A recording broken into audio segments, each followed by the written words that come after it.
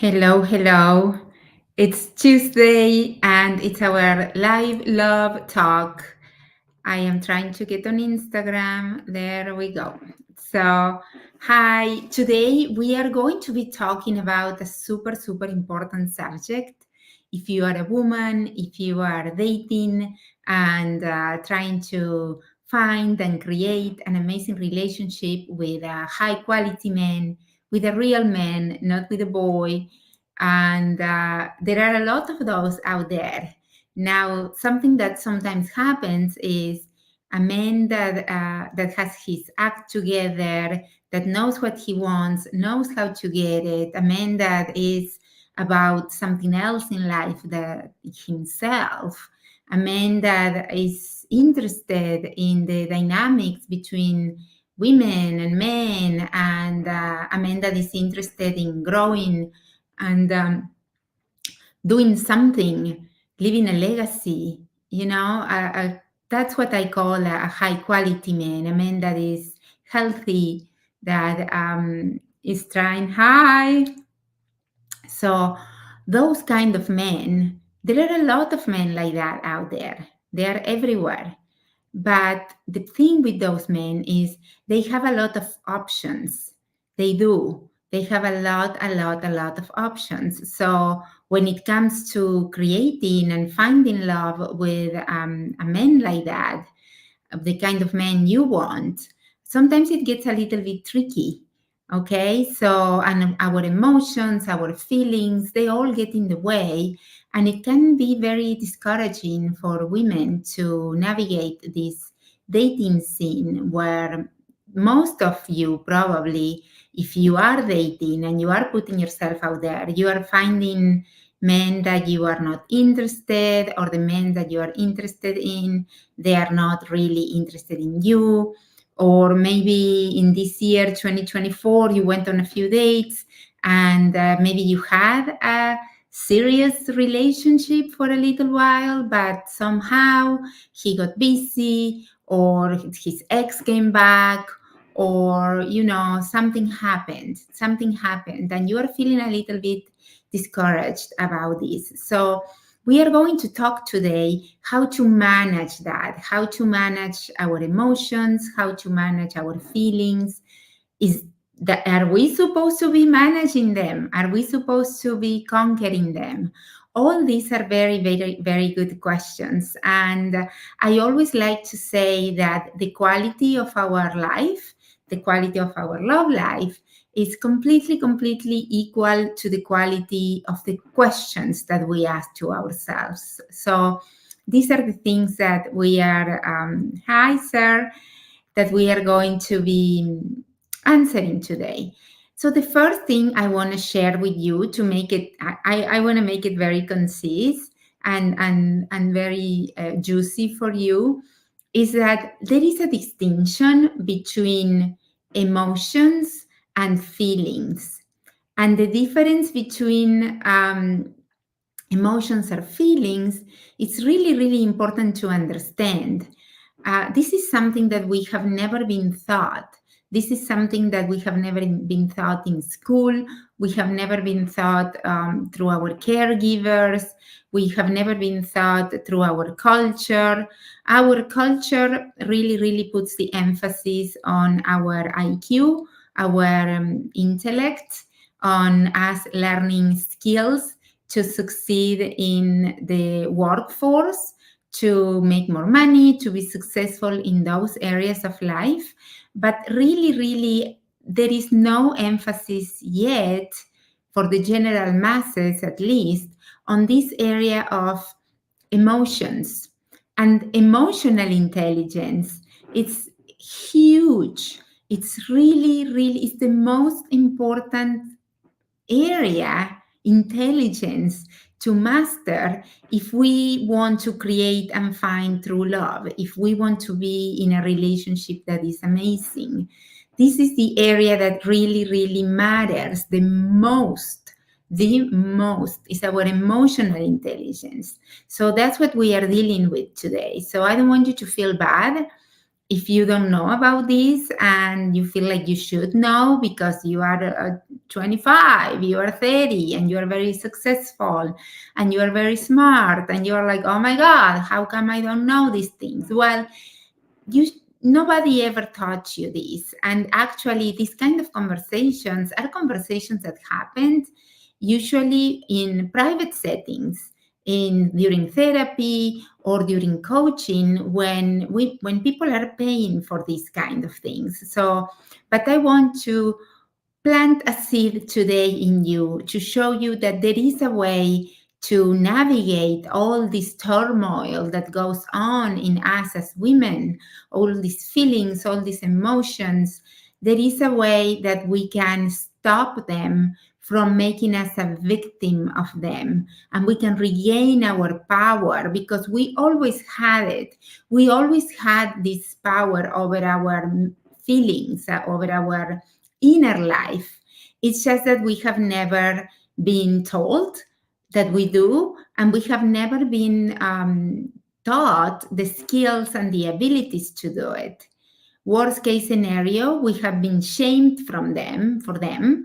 We have been told that, that we are too emotional, that we are too much, that stop crying, stop doing this, and that really doesn't help, because pushing things down doesn't really help.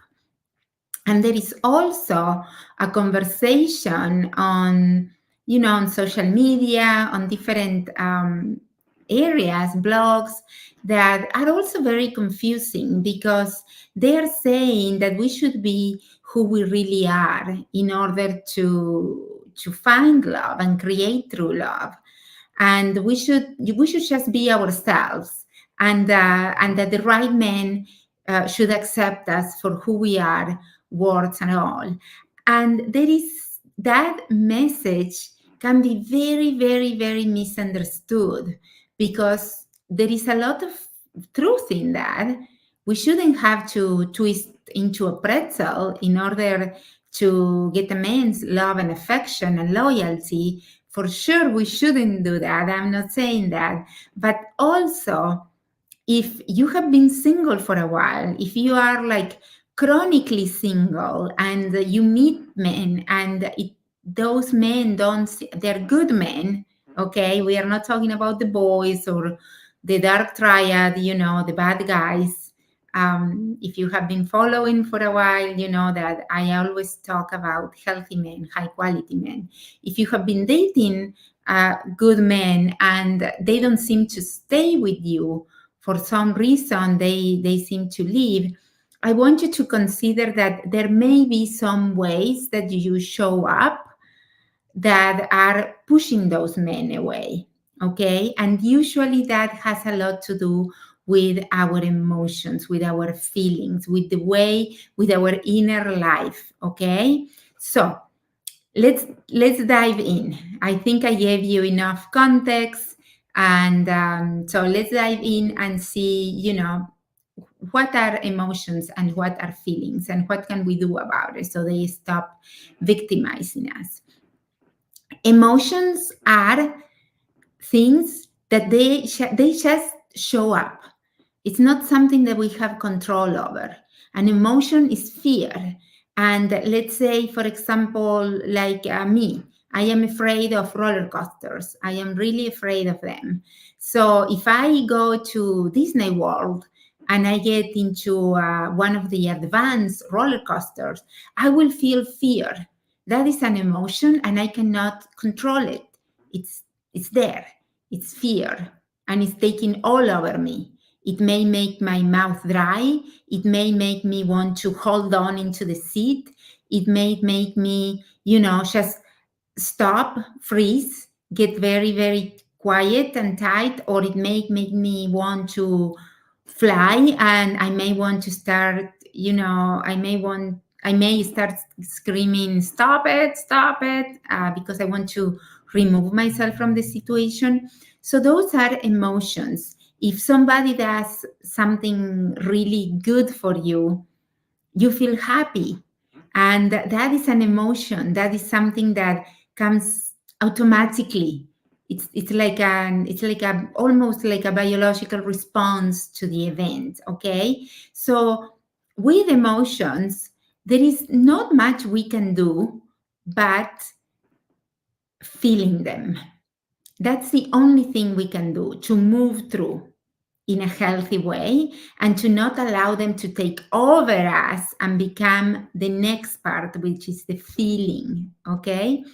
Because the emotion, if we let the emotion to just take over us and run its course without, feeling it, if we try to push it down or if we try to, run away from it, it's just not going to go away. It's going to stay there. It's like it's going to stay there. Even if we push it down, it's going to keep knocking that door louder and louder and louder until we cannot avoid but opening that door and dealing with the emotions. So emotions are our body's language. It's the way our languages talks to us, telling us that there is something going on that needs to be taken care of. So the thing to do with emotions is to have enough self-awareness that we are going through this. So we have create a little bit of space between the emotion and the action that the emotion creates, and feel the emotion and recognize that we are safe, unless we are not safe, because there are some times that our emotions show up in times where we are not safe. So if you are not safe, let's say you are afraid, you are really scared because somebody's chasing you to hurt you, run away, of course. But I am talking about situations like during a date, when you are on a date and he says something that makes you afraid. Okay, so rather than falling into being a victim of the emotion and immediately taking an action that you will regret, like reacting, I want you to know that you do have inside of you what it takes to feel the emotion and said, okay, I am safe here. Yes, he said something that triggered my fear, but I am safe. I am in a public space. I can get up, walk out of the situation. I am not really in a position where where I may be hurt. So, and then think, what is the message that this emotion is giving me? So the message could be, we really don't have the same values. We really don't see things eye to eye. And then once you get that information, then you can ask yourself, okay, what can I do? What is the smartest, the most intelligent thing to do right now at this moment with this information? And then you make an informed choice. You are like, okay, up until now, he has been great. Maybe he's just nervous and he just said that. I'm gonna give it the benefit of doubt. And the first thing that he says wrong, I am not just going to run through the hills. I'm going to stay and keep hearing, keep listening, and gathering more information, because this alone is not enough for me to just run away. So that is what is happening with the emotions, okay? So there is another thing that is different than the emotions, and those are the feelings. Feelings are different from emotions because we do have more control over the feelings. And why? Because feelings come with a story. Feelings come with meaning. A feeling comes with the meaning we are giving the event. So a feeling of love just doesn't happen out of the blue. It really, really, a feeling of love comes, of true love comes after time being shared with a man, when we have enough information about this man over time. And that's when the feeling is created, because there is meaning behind. We have been over time, little by little, adding meaning to these events that are happening with these men. So the feelings that we do have a lot of control over them. Because when we are going through the emotions of getting to know a man, we definitely have control over the meaning we give to the events this guy is that we are creating together. Like, for example, if he's a very calm guy. Let's say he's very calm and cool and collected. So for some women, the meaning that that woman will give to that behavior, to that kind of personality is he is boring as hell. So the feeling she's going to create is a feeling of being blah, being bored, being like, this guy may not be the right one for me. Now, for another woman, that him being collected and grounded and calm and very even keeled, having this very, plain demeanor could be a great turn off, because for her it could be like, I feel safe when I am with him. I feel safe that I can be myself. I feel safe that that he's calm, he keeps me grounded. And that feeling of, oh my God, I find that so sexy. I find his being calm and collected really, really sexy. So another example could be, for me, for example, to give you a personal example, I created over time the feeling that every time I see a flower, every time my husband gives me flowers or I get flowers, the meaning I give to flowers is beauty. To me, flowers are beauty. So every time my husband gives me flowers, or that I see a flower on my runs or on my walks, or when I hike, when I am outside in nature, I feel beautiful.